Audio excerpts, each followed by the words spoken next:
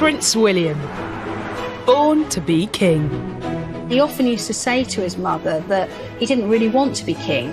His childhood was a mixture of enormous luxury and privilege and disaster. Kate Middleton, a middle-class home counties upbringing.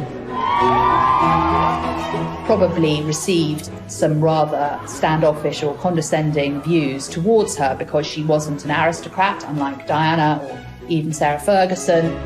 This is the remarkable story of a prince and a commoner. One day they will reign over us. How have they juggled traditional royal life and the modern world? It's not all about, palaces and kings and courtiers.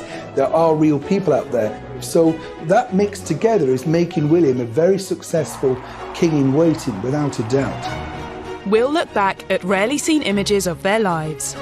There was him at one stage on his hands and knees cleaning out a loo. Now, you don't see a future king doing that very often. And hear from insiders who've watched their every step for years to reveal how Kate has adapted to her royal role. His girlfriend was being hounded in just the same way as his mother had been. And of course, we all know the outcome of that. She's moved from being weighty Katie, who was seen as rather lightweight, to the Kate we see today, who's absolutely embodies her royal role. How William has embraced his sense of duty, while those around him have rocked the boat. You couldn't be, in William's view, a member of the royal family dipping in and out. You are either in or you are out. And ask, does the perfect image they portray mean the future of the monarchy is too good to be true? The Queen and the Duke of Edinburgh, they will be watching very carefully, especially given that younger royals in the past have got things very badly wrong, and they don't want that to happen again. I think they have been being tested out. I think people have been watching to see whether the crown is safe in their hands.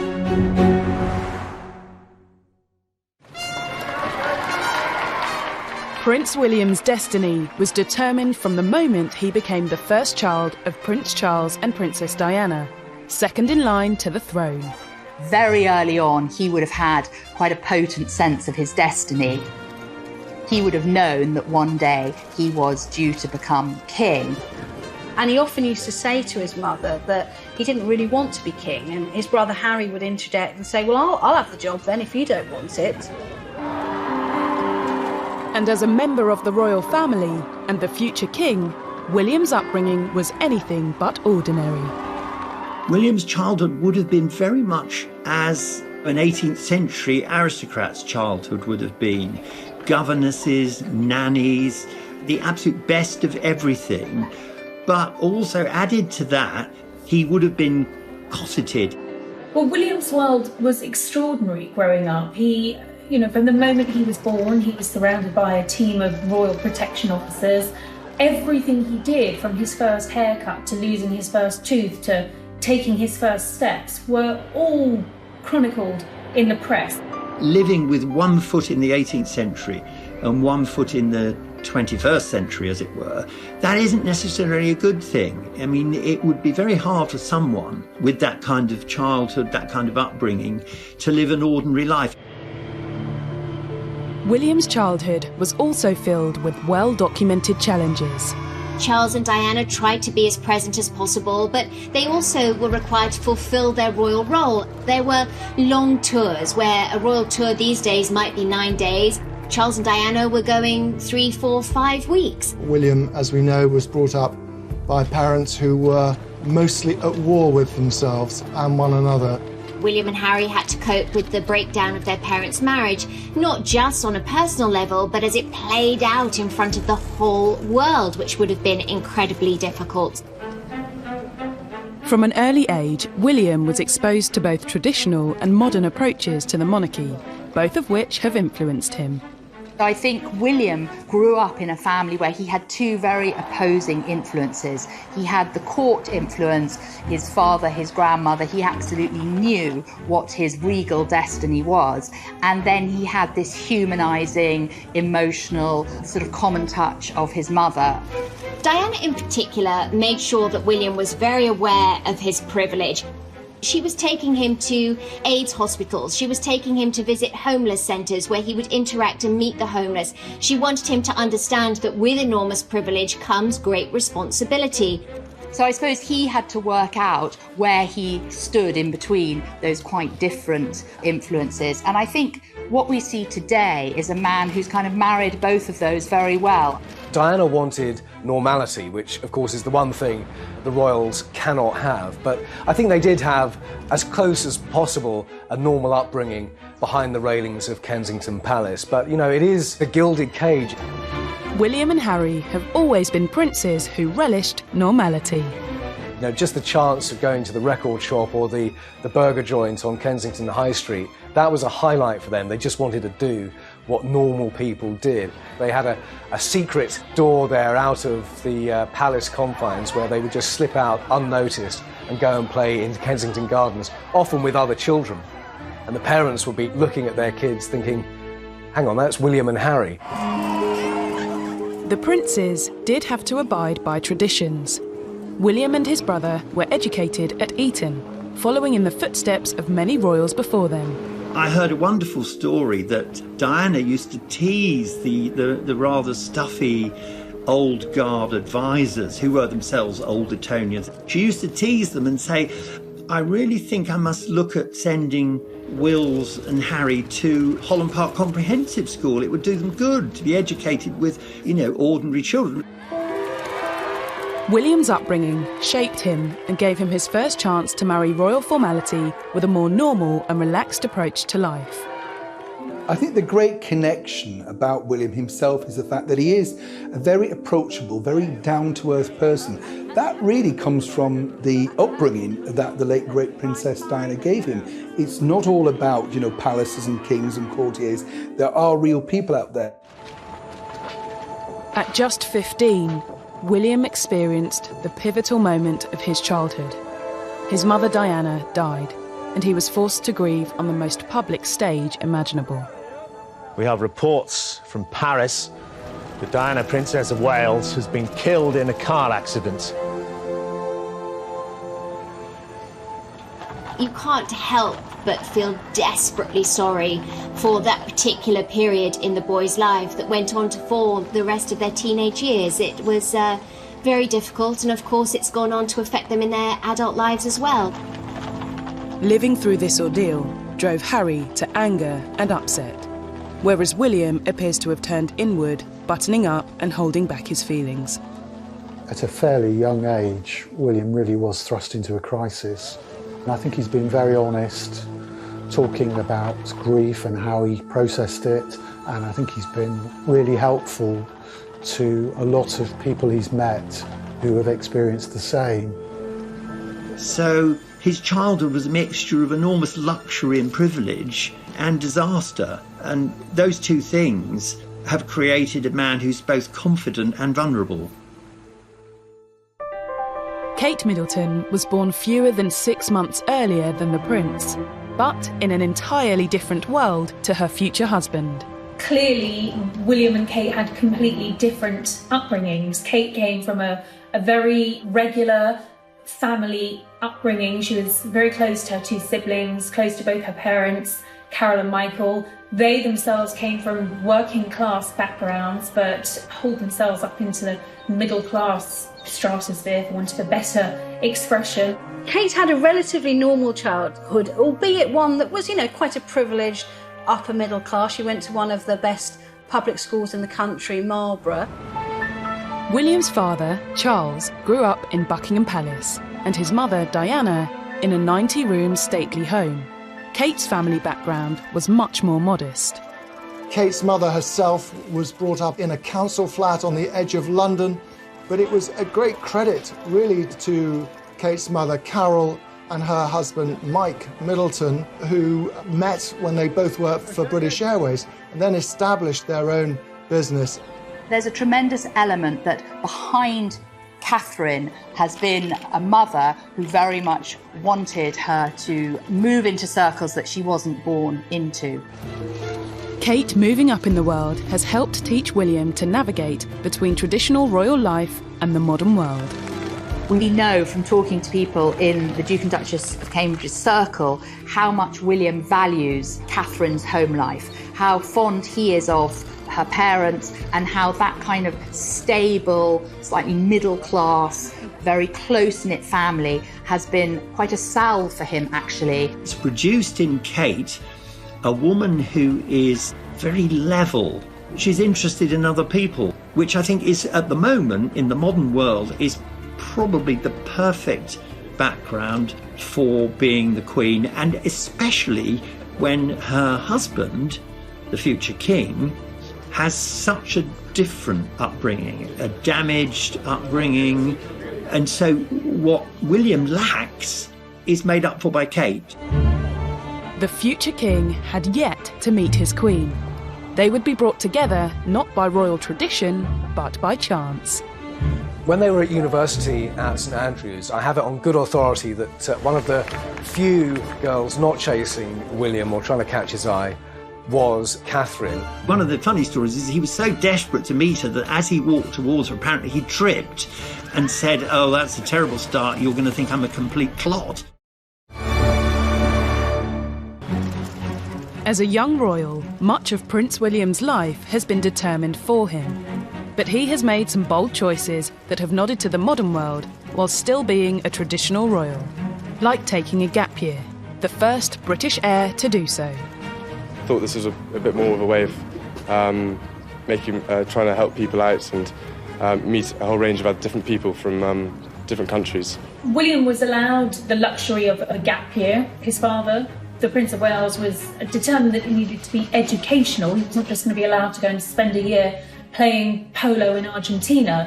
William's gap year really was a great mix of a number of different activities. He spent time in Belize doing his military training exercises with the Welsh Guards. He spent time on a dairy farm where he had to get up at 5 o'clock in the morning to milk the cows, all sort of very hands-on. Far too early. But he also spent time doing a Rally International program in Chile. Salto, jump. Salto de agua, water jump. His duties were really helping to teach some very poor kids in that part of the world. There was construction involved, there was cooking involved, there was a bit of education, and there was a bit of play. William was allowed to have those life experiences because we are in a unique position where we have the longest reigning monarch. It was always going to be some time before William came to the throne. That great freedom will ensure that William is a king who is in touch with his people. The young prince shook off the stuffy image of the monarchy by showing he wasn't afraid to get his hands dirty. The pictures were memorable because there was him at one stage on his hands and knees in marigold rubber gloves cleaning out a loo. Now, you don't see a future king doing that very often. Here he was, a prince of the United Kingdom, but he was going to have to muck in with everybody else and pull his weight just like everybody else. And I think William really enjoyed that. It was an opportunity to just be William as opposed to Prince William. Being honest about it? Oh my God. I'm so embarrassed. I'll try it first and then come back for some more. I doubt you will. It seems the prince knew the importance of being approachable to the public. I think those kind of experiences where he was mixing with young people from a very different social background to his own helped give him a good base and understanding about basically people. Towards the end of his time there, they invited the cameras in and he recorded an interview about his experiences down there. It was a sort of first sight of how this young man was developing. I don't like being treated any different at all. I don't like special treatment at all. I love having no restrictions, you know. There's no one out here chasing me around or anything. It's brilliant. What William didn't know at the time was that his future wife would join the exact same volunteering programme just a few weeks later. I think it just shows that they have got a lot in common, which has given an enormous amount of stability, not just to their marriage, but to the kind of couple they intend to be or they will be when they are king and queen. Rather than join the military after he finished school, like most royals before him, William chose to take a different path and went to St Andrews University. It was here where he would meet his future wife. One of the funny stories is he was so desperate to meet her that as he walked towards her, apparently he tripped and said, "Oh, that's a terrible start. You're going to think I'm a complete clod." They met very early on when they both joined St Andrews in 2001 because they were sharing the same halls of residence. They also shared a number of classes. They were both covering art history at the time. So, yes, they shared classes, they'd walked classes together. They really became friends first. But we met at university at St Andrews, and we were friends for over a year first. And it just sort of blossomed from then on. When they were at university at St Andrews, I have it on good authority that one of the few girls not chasing William or trying to catch his eye was Catherine, and if that's true, she played an absolute blinder. He was definitely the target of lots of Sloaney girls there at university, but it wasn't until the infamous fashion show that William noticed Catherine. This future king and queen were initially brought together by a charity fashion show and a very memorable dress. William saw Kate in a very kind of see-through dress at the college fashion show, and urban myth suggests that he said to his friend there, "Wow, Kate's hot." We've always been led to believe that Kate had another boyfriend at the time, and William might have been still dating one of his old Highgrove era girls, but neither of those relationships lasted long. William and Kate grew closer when in their second year at St Andrews, they moved into a private house with two friends. It was in their second year that William and Kate's friendship, I suppose, really jumped to the next level. And that's where they were able to really get to know each other that much better. We just spent more time with each other and had a good giggle, had lots of fun, and realised we shared the same interests and just, had a really good time. She's got a really naughty sense of humour, which kind of helps me because I've got a very dirty sense of humour. They've both joked about who cooked for who was the better cook. Actually, you did cook for me quite a bit at university, and it would always come with a bit of angst and a bit of anger if something had gone wrong, and I'd have to wander in and save something. Before William started university, an agreement had been made with the press so that he could get on with his studies without intrusion. The deal? We smile for the cameras now, then you leave us alone until the autumn. At that point, they were really out of control. We had paparazzi pictures, we'd had phone hacking and embarrassing headlines for Prince Charles and Camilla. It really was a mess. And I think what you actually saw was the very first time the royal household, if you like, taking control of the narrative, of the story. But William and Kate had to go to extra lengths to ensure their blossoming romance remained private. They would employ all the obvious tactics. They wouldn't hold hands walking down the street. They'd arrive to a party at different times. William was always very protective of the relationship because he knew once a light was shone on it, there was really no going back. He once said to me, you don't know the pressure. You meet a girl, you want to enjoy developing your relationship with them quietly in private, but the minute I start dating somebody, the world knows about it. Despite the media embargo, it wasn't long before the press got wind of the relationship. Inevitably, stuff leaked out about his relationship with Kate. It was beginning to be in the gossip columns. If you're the future king, you just can't hide that sort of relationship. While rumours were rife, William denied reports he had a girlfriend. Kate did attend William's 21st birthday party at Windsor Castle, but at the time, William was quoted in the press as saying he didn't have a steady girlfriend. William, did you get with some good friends? Yeah, with some friends, definitely. Had a good laugh. Now, of course, we now know he and Kate were pretty serious about each other then. This morning, William, of Kate. I wonder how you feel about that and how she's bearing up under the scrutiny. I haven't seen any of it. I'm just gagging to get on the slopes, basically. Simple as that. Despite their efforts, the rumours blew up when in 2004 the couple were pictured together for the first time. But in 2004, the relationship really did hit the public eye. But unfortunately for them, a paparazzi photographer took pictures of William and Kate clearly very close on a ski lift together. A red top tabloid newspaper splashed it all over their front page, and William was furious. And he was also genuinely worried for Kate and her family about what this would now mean for them. William was right to be concerned. As the relationship was seemingly confirmed, Kate's mother was accused in the press of engineering their meeting. So at the time, there were a lot of rumours going around that, Kate's mother, Carol Middleton, might have tried to kind of orchestrate the relationship by ensuring she went to St Andrews.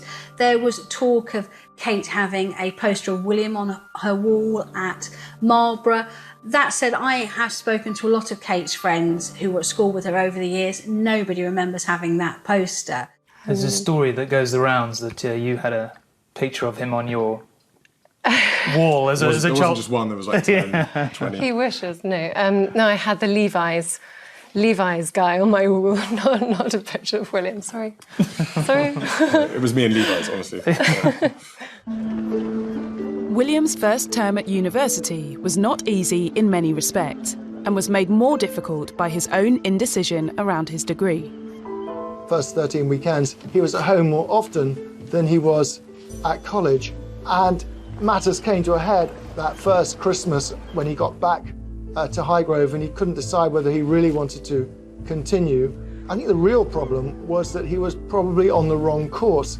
When you're a royal, if you suddenly change, your course, a lot's read into that. I mean, if you remember when Prince Edward didn't like being in the Marines, he was suddenly called a sissy and he couldn't do it. The fact is, he just didn't like it. Kate supported William through this dilemma, and in part on her advice, he changed course to study geography. It would be the first of many important decisions that the couple would help each other through.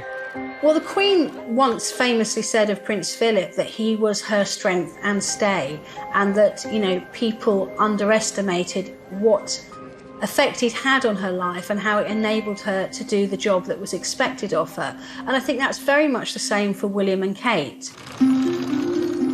Gap year, university, and then William started to seriously date a commoner, a first for an heir to the throne. It demonstrates he was determined to try out a less traditional royal route. That's something that so many people can identify with, but it was also starkly different to how royals of old had been sort of pushed together. Diana and Charles had barely spent any time together before they got married. They certainly weren't allowed to live together. The Queen and Prince Philip, and Prince Andrew and Sarah Ferguson were also brought together through royal connections. But for William and Kate, it was simply a love match. I mean, it wasn't like anyone else was thinking or saying, she would make a good future queen. And that happened with Diana, and the result was a disaster. I think the difference between Diana and Charles and William and Catherine, they were allowed to grow, to develop, to kind of do things that no other royal couple had done previously. I think all those aspects of how they got together and what happened afterwards are very important to the entire story and therefore the stability that they offer the royal family going forward. Even in these early stages, William and Kate learned the power of fostering a modern approach in a modern age.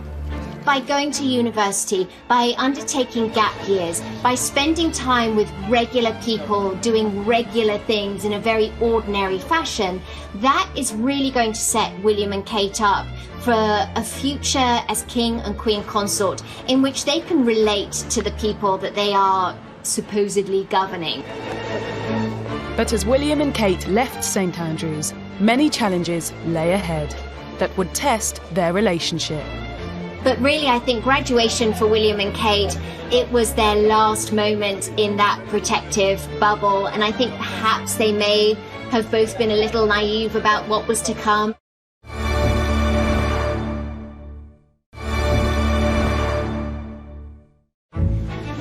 William Wales. In June 2005, William and Kate graduated from St Andrews University. That he is deeply grateful is not in doubt. And partly, of course, it's been about this woman. Catherine Middleton. It meant an end to the shelter and privacy that university life had offered their budding romance. Very kind, thank you. Big boy, well done. They obviously went public at their graduation. There were lots of pictures of Kate and William, and there was huge interest in this very bubbly brunette from Berkshire. And it was really a warning of what was to come. Graduation for William and Kate, it was their last moment in that protective bubble, and I think perhaps they may have both been a little naive about what was to come. I mean, William understood how the media works, but Kate would have had no idea what it meant to be on the receiving end of the tabloid press.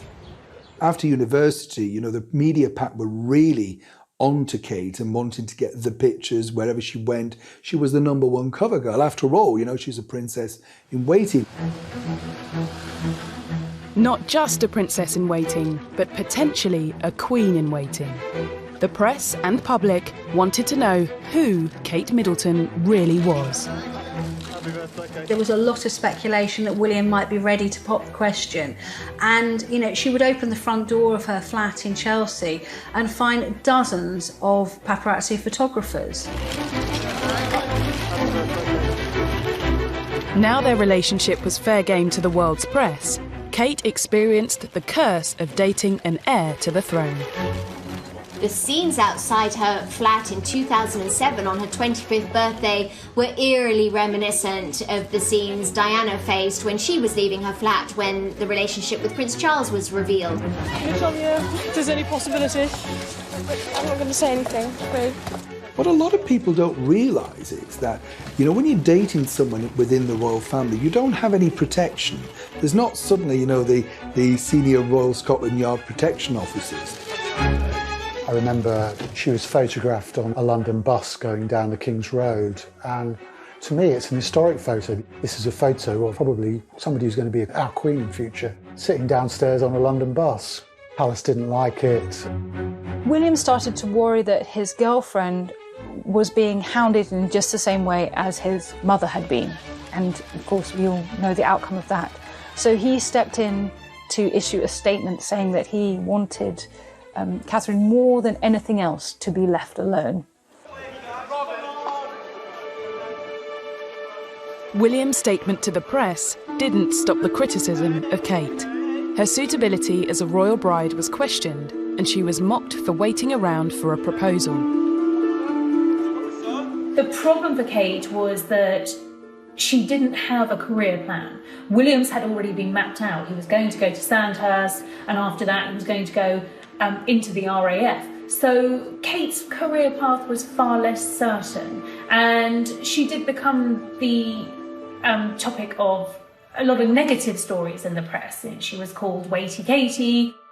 Kate did get a job. She worked as an accessories buyer, but interestingly, someone from the firm told me at the time she went to the boss and said to them, I need a job, but it needs to be part-time so I can work it around my relationship with this very high-profile man. Now, that's quite unusual for a modern working woman. She did that job for a while, but unfortunately, you know, the attention of photographers following her to and from work got too much. And in the end, she went to work for her parents' family firm, Party Pieces, where she was more protected.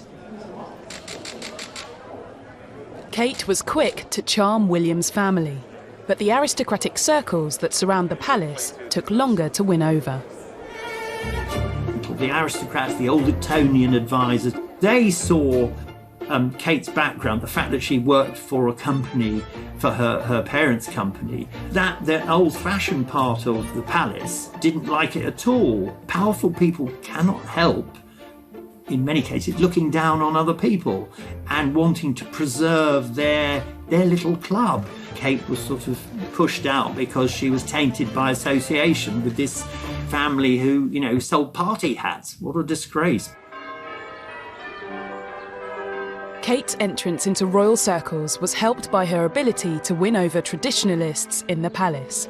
She avoided breaking protocol and even changed her style of dress to look more like a royal bride-to-be. Her clothing almost began to reflect what people saw in her character, a kind of restraint, a kind of modesty almost. And I think that did come about because William and Kate were moving towards the point where they would announce their engagement. And I think it was Kate starting to behave in ways which would be seen as more appropriate for a future queen. At the same time, William did what was expected of him by following royal tradition and training at the prestigious Sandhurst Military Academy. Well, the bottom line is that the royal family is a military family, and it has been for hundreds of years, winning various battles to keep them on the throne. Okay, Wills, once you occupy that building, just wait out in there. He will one day be king. He will one day be commander-in-chief of the military. So he really wanted to serve. He really feels that he'll only be able to look servicemen in the eye if he has served himself. Kate was highly supportive of William's military career, and when she attended his Sandhurst graduation ceremony with her parents, press speculation about an engagement went into overdrive. I specifically remember William's passing out parade. We hadn't expected Kate and her family to turn up, and myself and a number of photographers and journalists were all standing on a press stand together, and suddenly out the corner of our eye we saw Kate and her mother and father being ushered down to the front of the seating, and I remember turning to the person next to me and saying, "That's it, it's a done deal. This woman is going to be our future queen." Suddenly the engagement whispers were starting. There was intense pressure on William and Kate, and short of printing the tea towels, everyone had these two walking down the aisle imminently. Behind the public fairy tale, there were private issues in the relationship. Just months later, the couple shocked the world when they publicly separated in early 2007. The press was quick to blame the split on Kate's family. There was some rather cruel and unkind commentary about the inadequacy, if you like, of the Middleton family as sort of future royal in-laws. It was very snobbish. If anything, it possibly propelled William back into Kate's arms, because it was a fairly short break, and he soon realised what he was missing. When the couple reunited a few months later, some believed it was on Kate's terms. When they reconciled, it was definitely an unspoken agreement, if not a spoken agreement, between William and Kate that this wouldn't happen again, that as they got back together again, it would be an eye on having a long-term future together. But it still took William another 3 years before he finally proposed. And after dating on and off for 7 years, they announced their engagement in November 2010. It was a total shock when it came, and very excited. William had made the surprise proposal 3 weeks earlier in Africa, using his mother's sapphire engagement ring. Obviously, she's not going to be around to share any of the fun and excitement of it all. This was my way of keeping her sort of close to it all. The symbolism of this, of course, was that he wanted to carry his mother into his future as well as having her in the past. Although there's this sort of beauty of the moment of William bringing his mother into the mix, there's also, on the other side of it, the kind of wisdom that he had not allowed his wife to be led like a lamb to the slaughter, as Diana had called herself, but instead had allowed her to choose her future and to go into the marriage with her eyes open. William didn't want to repeat the mistakes of his parents' rushed courtship and ill-fated marriage. And I suppose in love. Of course. Whatever in love means. This future king was determined to do things differently. I have been waiting this long as I wanted to give her a chance to see and to back out if she needed to, before it all got too much, because, you know, I'm trying to learn from lessons done in the past, and I just wanted to give her the best chance to settle in and see what happens the other side. From that engagement interview, we realised, if anything, that we'd misnamed Kate as Weighty Katie. It should have been Weighty William, because it was William who sort of put the brakes on. Rather than rush into engagement and marriage, as many royal young men have done over the years, William waited and waited. William wanted to be sure that the woman he was marrying was in it for the long run. You know, he doesn't want his marriage to end the way his parents did. Unlike Diana, Kate had her eyes open to the challenging road that lay ahead. She wasn't just marrying into the royal family. One day, she would be wife to the king. And from the very beginning, she seemed to be aware of the traditional role she would need to fill. It's obviously nerve-wracking because I don't know what I'm I don't know the ropes really. William was obviously used to it, but no, I'm willing to learn quickly and work hard. And She'll do really well. Yeah, we'll do very well. Kate will be the first Queen Consort in 350 years who is not from an aristocratic background. We hadn't seen a member of the royal family, certainly not an heir, marrying a commoner. So here was William breaking the mould, doing things differently, and establishing a first for the royal family. Despite Kate adapting to royal life remarkably well, for an institution that is hundreds of years old, this was a concern. I'm quite convinced that in the early days, Kate probably received some rather standoffish or condescending views towards her because she wasn't an aristocrat, unlike Diana or even Sarah Ferguson, and that would have been frowned upon. Kate may not have an aristocratic background, but during the run-up to the wedding, she carefully cultivated a regal image and convinced the public she was the perfect royal bride. She's relatable, she's not an aristocrat, she doesn't have titles. Through marrying a commoner, William has brought a common touch to the monarchy, which has been very, very valuable to the House of Windsor.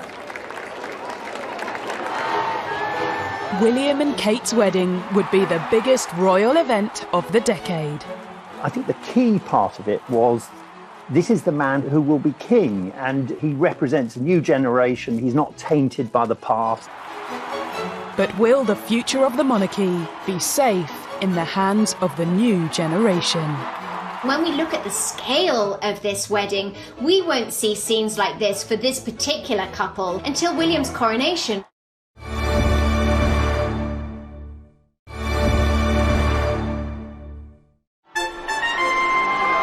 On the 29th of April 2011, Prince William of Wales and Catherine Middleton were married at Westminster Abbey.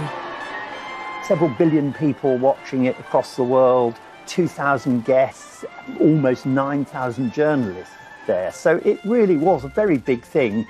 But I think the key part of it was this is the man who will be king, and he represents a new generation. He's not tainted by the past.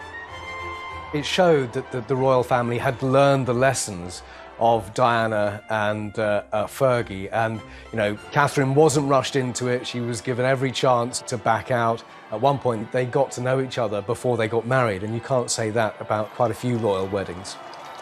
We were starting to see a new approach to the royal family because of this combination of William bringing a royal and aristocratic background, Catherine being drawn from very ordinary British society, and their very ordinary meeting meant that we could imagine the British royal family in a new way. The wedding was an opportunity for William and Kate to show the world what they will one day look like on the throne. When we look at the scale of this wedding, we won't see scenes like this for this particular couple until William's coronation. I think people could start to see that, following the Queen's incredible reign, is that the monarchy would really be in very safe hands. While it was a day steeped in tradition, it was also a chance for William and Kate to give a nod to the modern world.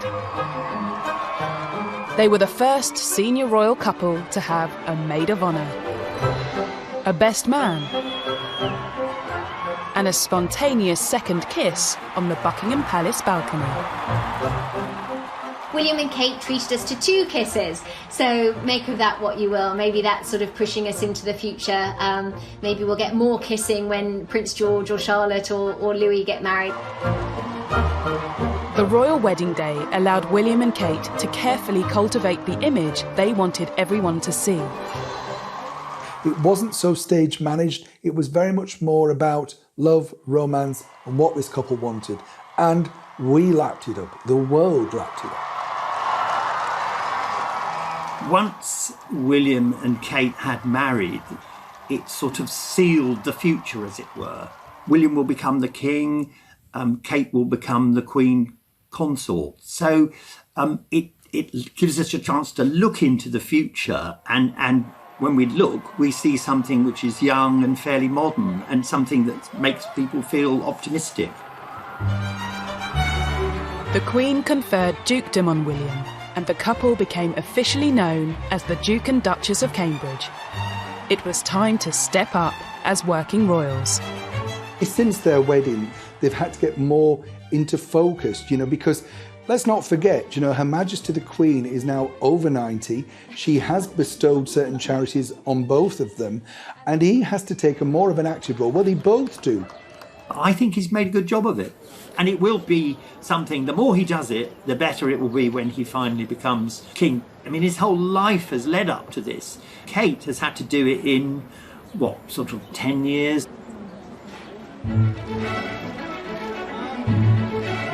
Kate may have been born a commoner, but she quickly adapted to being royal with a little help from the Queen. The Queen is not one who likes to tell people how to do things. She likes to lead by example. She took Kate and Camilla with her to Fortnum and Mason, where they had tea and they unveiled a plaque. But that was rather special, seeing the current Queen and 2 future Queen consorts out on an engagement together. It was very significant when she went on some of those trips in the early days with the Queen and the Duchess of Cornwall, which were really set up to put her at her ease and to give her an idea of what royal duty was like. Kate's image transformation was clear to see during the couple's first tour of North America after their wedding. Of course, Kate looked $1 million, especially in the States, where what she wore and how she looked was so critical over there. I think the other evolution of Kate is the fact that you've seen her become more regal. She knows exactly how to connect. She's more comfortable giving speeches. Providing children and their families with a place of support, care and enhancement at a time of great need is simply life-changing. Kate now speaks in this wonderfully RP accent, which her parents don't have. Once you've burnt your boats and you've married the future king, you've got to learn these things. It's like, if you go to Italy and you want to live there on your own, you've got to learn to speak Italian. You've got to. And I think it's the same thing. So Kate's very good, as it were, learning to speak Italian. Kate has absolutely managed to change the narrative about her and the press about her brilliantly. So she's moved from being weighty Katie, who was seen as rather lightweight, doing nothing with her life, waiting for her prince to propose, to the Kate we see today, who's absolutely embodies her royal role. Kate wasn't born with a royal platform like William, but now she has one, she is making the most of it. The Duchess has made the role her own by choosing the causes she wants to support, like mental health. Fear or reticence, or a sense of not wanting to burden another, means that people suffer in silence. What we're really seeing is just a sort of blossoming of who she really is. She may not have been born to this role. She may not have been born to be queen, but she's a hell of a classy lady. And class doesn't come from one's social status. It comes from one's upbringing and it comes from one's character. And she has that in spades. During the early years of their marriage, the couple juggled their new royal roles with a seemingly normal modern life. They stopped short of becoming full-time working royals and maintained some privacy living in Anglesey, where William worked as an RAF search and rescue pilot. In terms of William being ready to take on the throne, I think it was quite interesting that he was allowed, with the Queen's blessing, some time out of the spotlight after the royal wedding. William was allowed to continue his career in the RAF, and they continued living in Anglesey. William was desperate to stay in the military, and of course he trained to be a helicopter pilot, but in the end he wasn't allowed anywhere near the front line. The ultimate boss said no because he is second in line to the throne. Guys, you are clearing for the trucks, please. We don't need a marshalling, thank you. Okay, thanks. He retrained as a search and rescue pilot on Anglesey. He helped to save many, many lives flying that yellow Sea King helicopter around the British Isles. So that gave him a meaningful role, and that means an awful lot to him. He did have those early years of married life, out of the spotlight, able to pursue his career, and knowing that in the not too distant future, his life and Catherine's life would be a life of royal duty for the rest of their lives.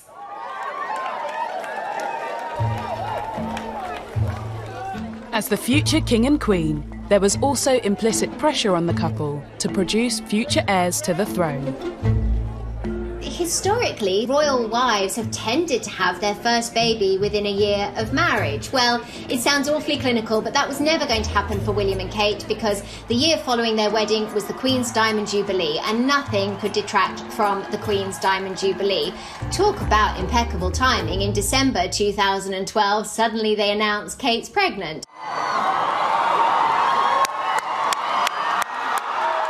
7 months later, in July 2013, the couple welcomed their first child, Prince George.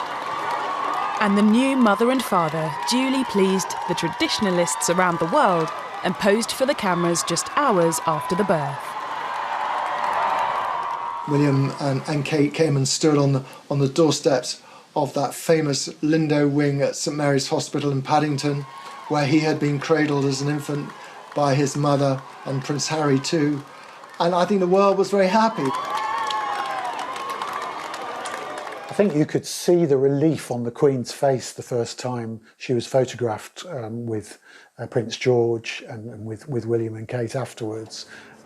The focus of the royal family changed from this is being about the Queen and her children to being the future of the royal family. While Prince George's birth may have been in keeping with tradition, it was a milestone in modernising the royal family. Before he was born, the law of succession to the throne was updated for the 21st century. It was exciting to see the changes in the laws of succession that determined that if William and Kate welcomed a girl first, that girl would retain her place in the line of succession versus being stepped over by a younger born brother. That was all very exciting. Of course, those changes became inconsequential temporarily because a boy was born first. But Charlotte maintains her place in the line of succession even with the birth of a younger born brother. So that's an exciting thing to have come about in light of William and Kate expanding their families. Princess Charlotte was born in 2015, and Prince Louis followed in 2018. And while other royals have caused upset by treating childbirth as a private affair, Kate has continued to smile for the cameras. William and Kate's growing brood gave a boost to the royal family's popularity. But with a string of royal scandals to follow, how have William and Kate weathered the storm and kept the monarchy on course? No one knows more than Harry what kind of life William has got in front of him. And William had every expectation and reason to think that Harry was going to be there supporting him when the time came. And now it looks like he won't be. I know William watched this interview with a mixture of shock and horror. Harry was kind of publicly airing their dirty linen, and I know he debated long and hard about what to do.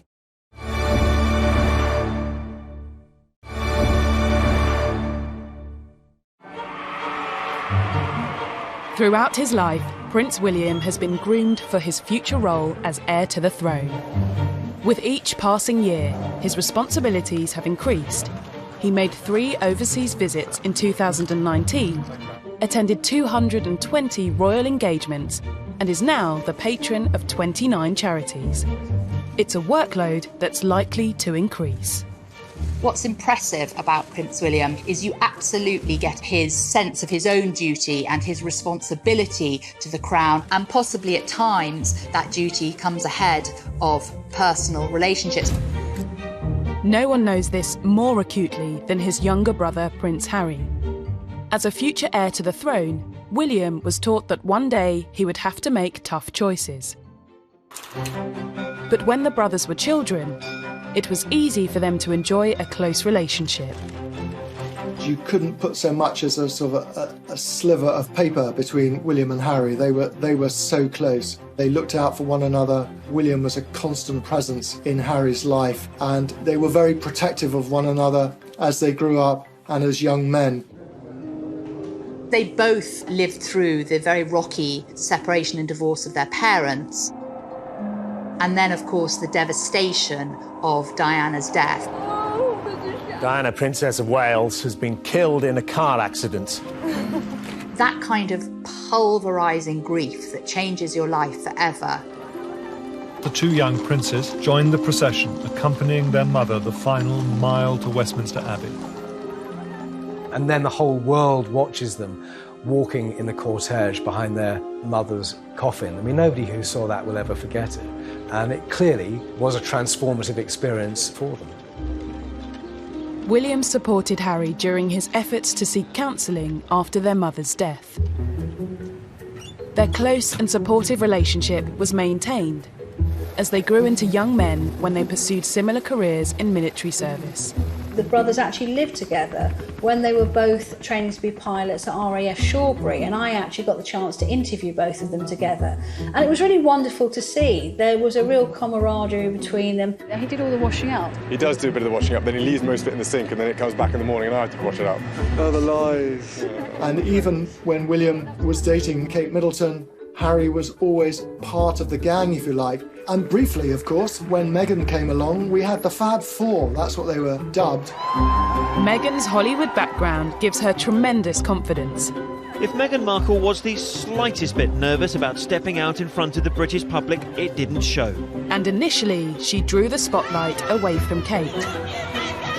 Meghan, being an actress, was so much more comfortable in front of the cameras. There was a sharp distinction between the 2 women that a lot of people remarked on. Kate and Meghan did not particularly get on. You know, they both had such different backgrounds. William and Kate do feel they have to be slightly more composed in public as future monarchs. The Cambridges' devotion to duty has helped them ride out these tensions. But the brothers clashed again over the speed of Harry's whirlwind romance.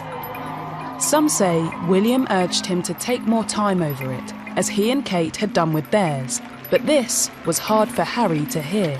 I think, sadly, this was interpreted as William not being altogether sufficiently welcoming. It sort of all started to drive a wedge between the brothers. As a monarch in waiting, one of William's toughest problems has been how to protect the future of the royal family while staying true to his bond with Harry. Hurting his brother's feelings may have been the unfortunate but hopefully short-term side effect of his devotion to duty. Actually, William was shown to be right, that marrying into the royal family, yes, it seems like it's a fairy tale with carriages and the gilded life, but actually it's quite a punishing routine in many ways. In October 2019, Prince Harry brought his private differences with Prince William into the public domain during a TV documentary. We're brothers, we'll always be brothers. We're certainly on different paths at the moment, but as brothers, you know, you have good days, you have bad days. I know William watched this interview with a mixture of shock and horror. Harry was kind of publicly airing their dirty linen, and I know he debated long and hard about what to do. No one knows more than Harry what kind of life William has got in front of him. And William had every expectation and reason to think that Harry was going to be there supporting him when the time came. And now it looks like he won't be. William values duty and responsibility over all else.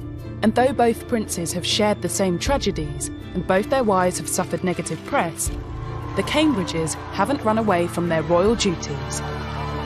I don't believe for a minute that the press have been any more difficult towards either couple, really. The Sussexes, I think, have seen rogue elements that really weren't there, like their accusation of racism towards Meghan. The difference between the two brothers and their wives is one has behaved stoically and earned phenomenal respect, whereas the Sussexes have gone down in our estimation and we have far less patience with their me antics. In January 2020, the royal family were forced to deal with Harry and Meghan's plan to divide their time between the UK and America. The so-called Sandringham Summit was a big moment for William to prove he puts duty to the monarchy ahead of loyalty to his brother. The Queen wants a swift agreement to end this crisis before it causes more damage. Apparently Meghan was going to be on speakerphone. Well, the Queen put paid to that, and so Harry had to face the music alone. They very much thought they could have a kind of half-in, half-out status by which they, did some royal duties but were able to live abroad and pursue lucrative commercial careers. William, with his developing awareness of the Constitution, knew Harry and Meghan's plan would never work. You couldn't be, in William's view, a member of the royal family dipping in and out. You are either in or you are out. And so the decision was made, OK, if you want to go, we're desperately sad about that, but you are out. And you will not be using HRH, and you will not be using Sussex Royal Instagram.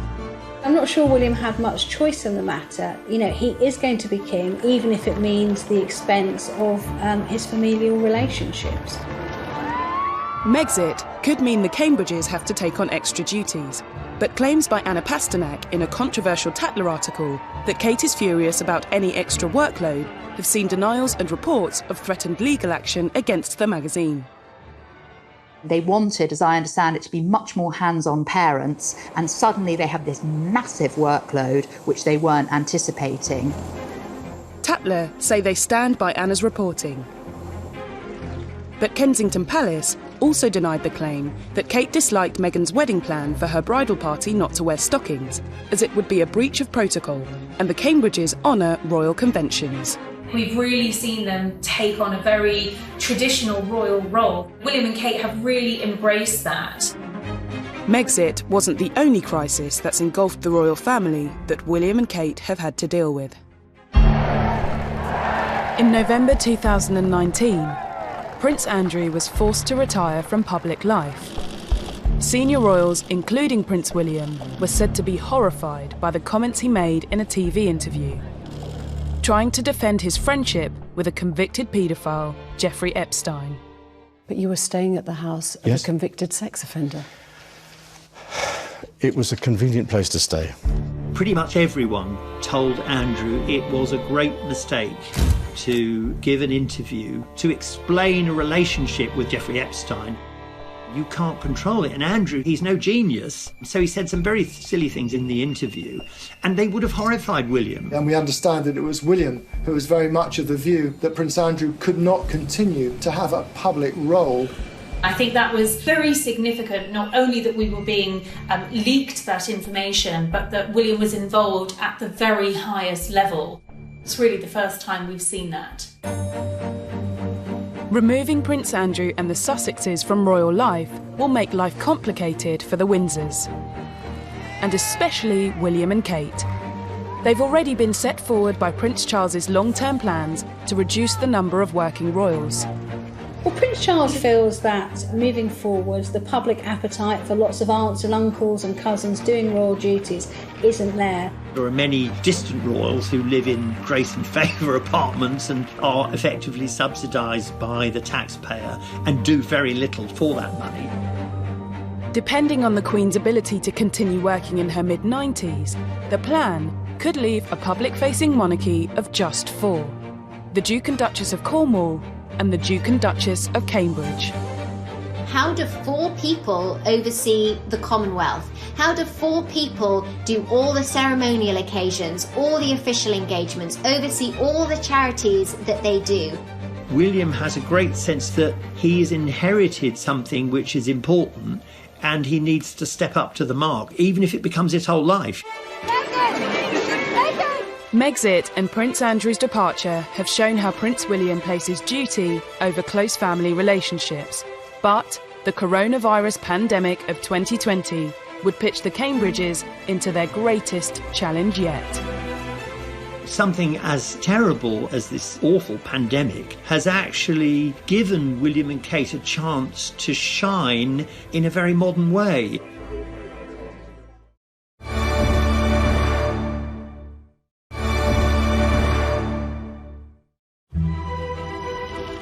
With the departure of Prince Andrew and the Sussexes behind them, William and Kate and the other Windsors must have been hoping to resume their royal duties, albeit with a busier diary than usual. But it wasn't to be. A big jump in coronavirus cases and the first death here in Britain. The pressure ramps up. While politicians and scientists look for strategies to protect the public and the death toll rose into the thousands, the British public looked to the royal family. The Windsors, and especially William and Kate, now found a new duty of care and consolation. The Queen has been outstanding and has given a series of public broadcasts which have done an awful lot to reassure the population, I think. But beyond the Queen, it has been very much William and Kate who've come to the fore. The Queen is effectively in confinement at Windsor Castle. Charles tested positive for the virus. So William and Kate are really picking up the slack. 3 days before lockdown started, the couple took part in the first royal engagement in connection with the pandemic, when they visited a South London NHS helpline. How many calls are you getting from the public around mental health and... Listening to the concerns of NHS staff and thanking them for their dedication, William and Kate showed great sympathy. Something as terrible, as negative as this awful pandemic has actually given William and Kate a chance to shine in a very modern way. They've revealed things about themselves that will always be remembered, that during the pandemic they were there. When the nation went into lockdown on the 23rd of March, the Cambridges proved to be the most successful of the royals to embrace new technology and stay working within social distancing guidelines, continuing traditional royal duties but in a clever, modern way. Staying connected, staying positive and being able to talk to friends and family is so crucial. So suddenly the Duke and Duchess of Cambridge are at the front of the royal family, are the most visible royals, and have been doing all sorts of things virtually, whether it's opening hospitals or visiting schools or helping to found a couple of new charities. You know, what we're seeing now is the NHS and the frontline workers doing the most extraordinary job, and that's really come to the forefront in the last a few weeks, and I think it's going to dramatically change how we all value and see our frontline workers. William and Kate have isolated themselves with their children in Norfolk, where they have joined in the weekly applause for NHS carers. And in a callback to William's former career as an air ambulance pilot, they've offered their London home as a refuelling post for emergency flights.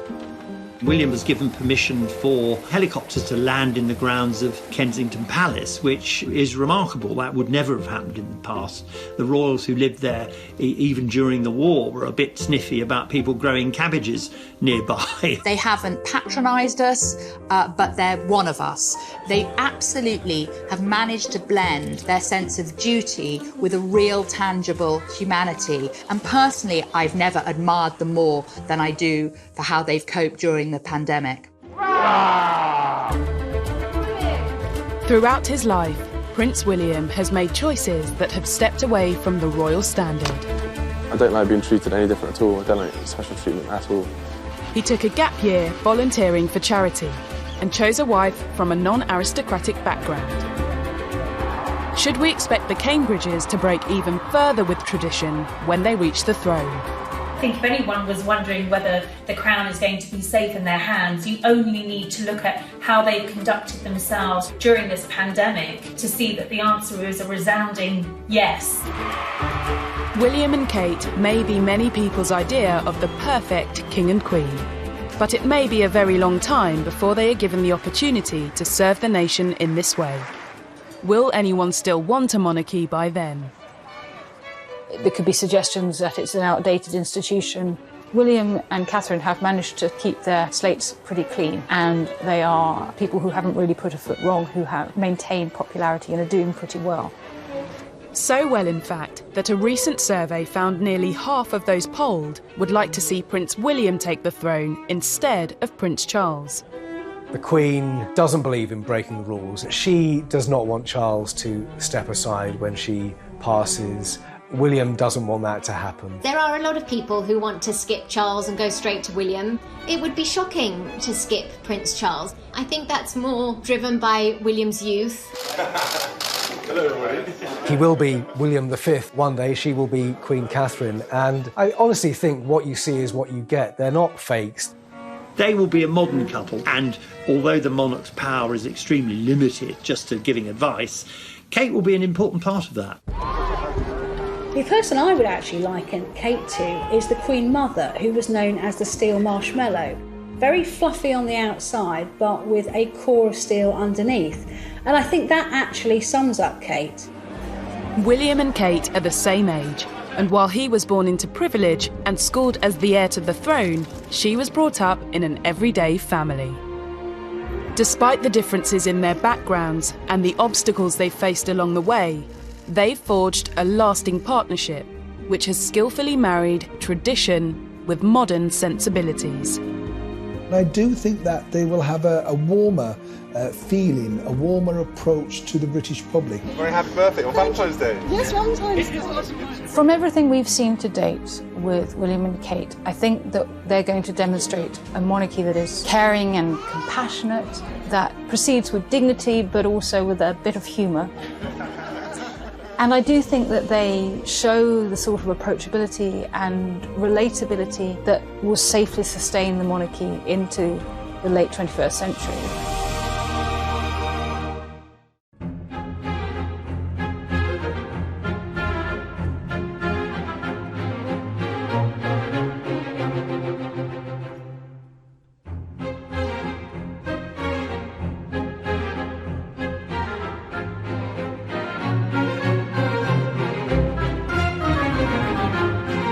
Embodies her royal role.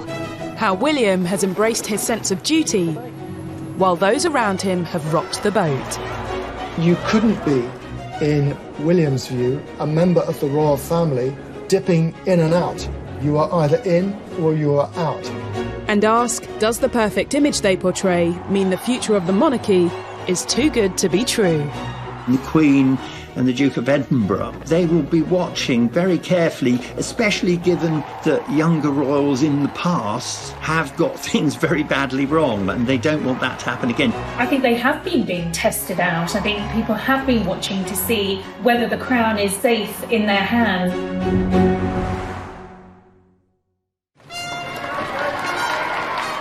Prince William's destiny was determined from the moment he became the first child of Prince Charles and Princess Diana, second in line to the throne. Very early on, he would have had quite a potent sense of his destiny. He would have known that one day he was due to become king. And he often used to say to his mother that he didn't really want to be king, and his brother Harry would interject and say, well, I'll have the job then if you don't want it. And as a member of the royal family and the future king, William's upbringing was anything but ordinary. William's childhood would have been very much as an 18th century